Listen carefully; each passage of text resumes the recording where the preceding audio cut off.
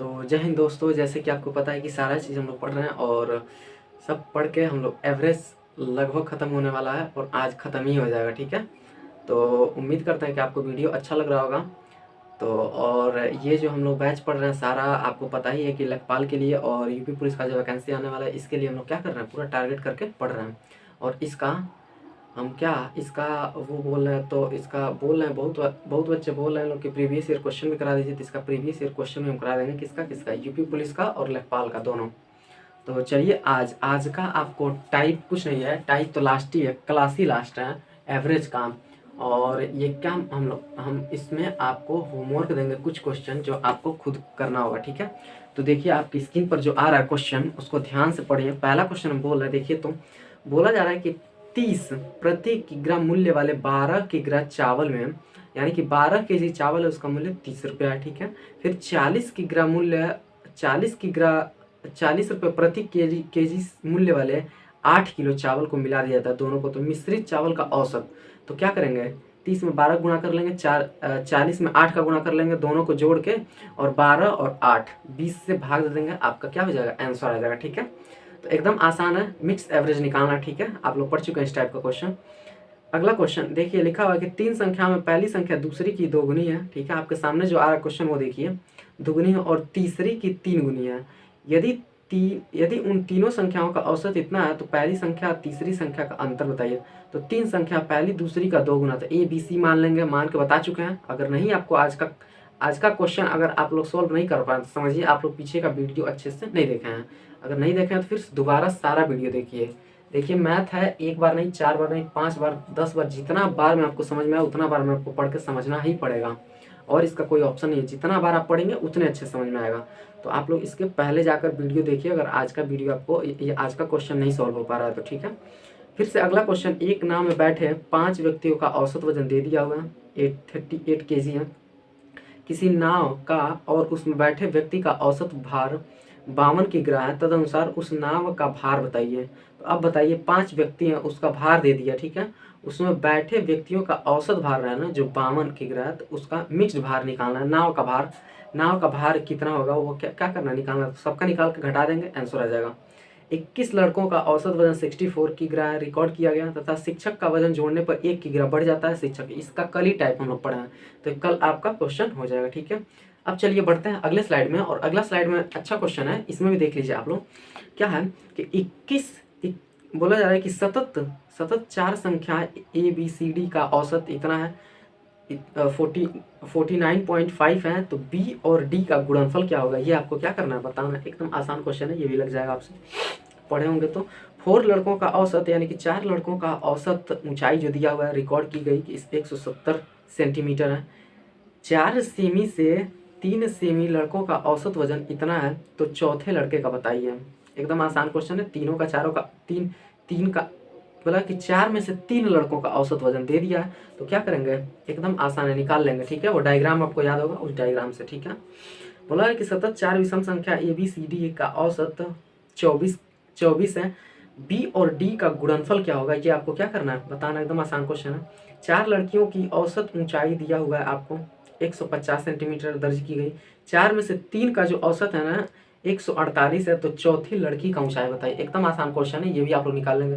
देखो अगर short tricks से नहीं आ रहा तो इसको आप लोग बेसिक से करेंगे। कैसे करेंगे, क्वेश्चन पढ़िए। इसमें 4 लड़कियों का औसत वजन 150 सेंटीमीटर जो दिया हुआ है, 4 में पहले 150 से मल्टीप्लाई कर लेंगे। ठीक है, फिर से 4 में से 3 का जो दिया हुआ है, 3 लड़कियों का मल्टीप्लाई 148 है, तो कर लेंगे इसमें मल्टीप्लाई और दोनों घटा देंगे, वही आपका क्या होगा, आंसर होगा। ठीक है, तो ऐसे भी आप लोग कर लेंगे।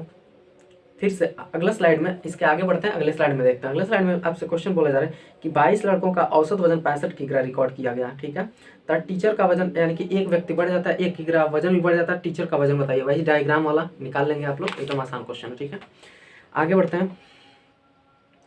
सतत 4 संख्या, कल ही का सारा क्वेश्चन, कल सारा क्वेश्चन सतत 4 संख्या, इसका तो ये तो वही क्वेश्चन हो गया, अभी पहले वाला जो इसके पहले आप लोग स्लाइड में देखें, क्वेश्चन वही है, तो सेम उसको है, तो कर लीजिए आप लोग।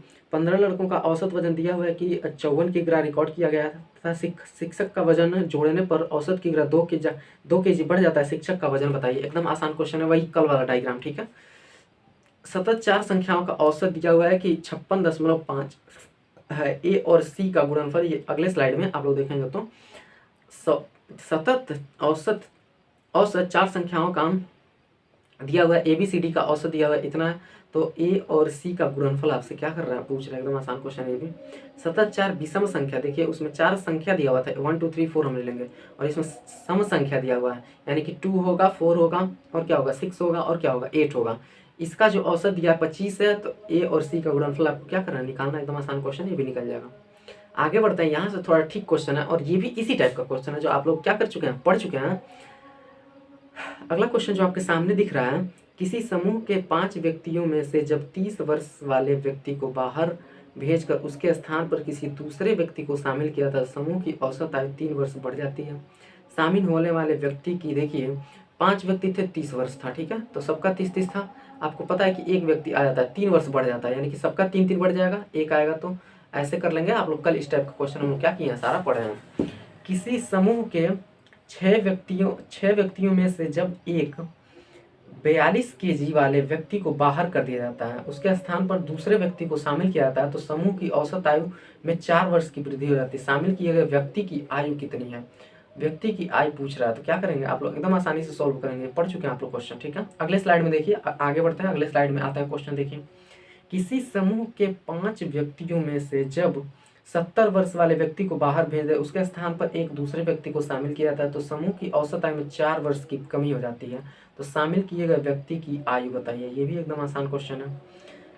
किसी समूह के 6 व्यक्तियों में से जब 60 वर्ष वाले व्यक्ति को बाहर भेजकर उसके स्थान पर, आपके बगल में जो आंसर दे दिया, सारा आंसर भी दिया हुआ है, ठीक है, दूसरे व्यक्ति को शामिल किया जाता है, तो समूह की औसत आयु में 3 वर्ष की कमी हो जाती है। तो समूह शामिल किए गए व्यक्ति की आयु बताना है। इसका आंसर आपका 42 है, आप लोग सॉल्व कर लेंगे, आ जाएगा।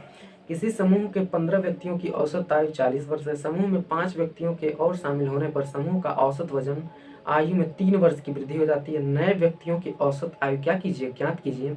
सेम वही क्वेश्चन, ये जो 7-8 क्वेश्चन हम पढ़ेंगे, ये सारा एक ही टाइप का है। फिर से अगले स्लाइड में देखिए, आगे बढ़ते हैं, अगले स्लाइड में देखते हैं क्वेश्चन जो है, किसी समूह के 40 व्यक्तियों की औसत आयु 15 वर्ष है।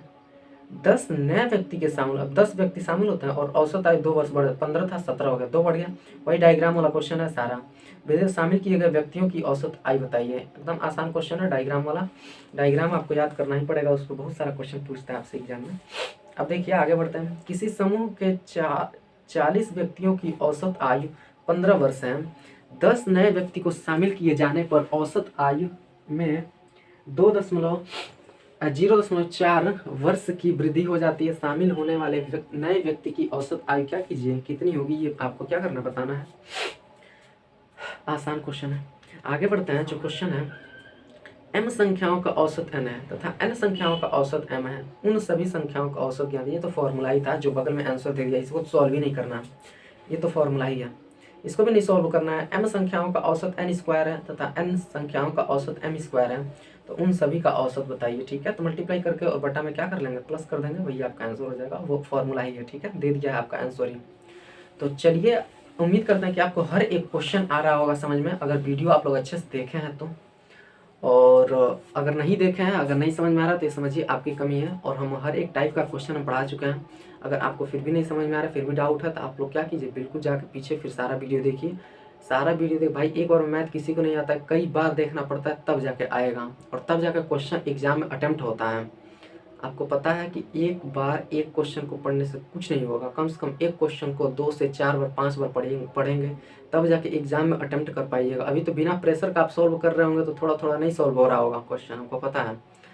तो एग्जाम में समझिए इतना ज़्यादा प्रेशर होता है, सारा चीज़ होता है, तो क्वेश्चन का एक एक चीज़ रटा होना चाहिए, तब जाके एग्जाम में क्वेश्चन सॉल्व होता है मैथ का, नहीं तो बिल्कुल नहीं सॉल्व हो पाएगा।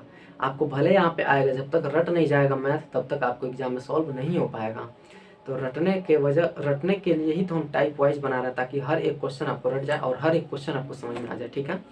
तो चलिए इसी उम्मीद के साथ रखते हैं कि आप लोग तैयारी कर रहे होंगे अच्छे से। और अगला चैप्टर आप हमको कमेंट करके बताएंगे कि अगला चैप्टर कौन सा स्टार्ट करना है। सोच रहे हैं कि परसेंटेज, और नहीं तो कुछ और चैप्टर देख रहे हैं, कल आपको पता चल जाएगा कौन सा चैप्टर स्टार्ट हो रहा है, ठीक है। तो वीडियो को लाइक कीजिए, शेयर कीजिए, और शेयर सबसे ज़्यादा कीजिए, और चैनल को क्या कीजिए, सब्सक्राइब करवाइए, ठीक है। तो चलिए रखते हैं, बाय बाय, टेक केयर, धन्यवाद, जय हिंद दोस्तों।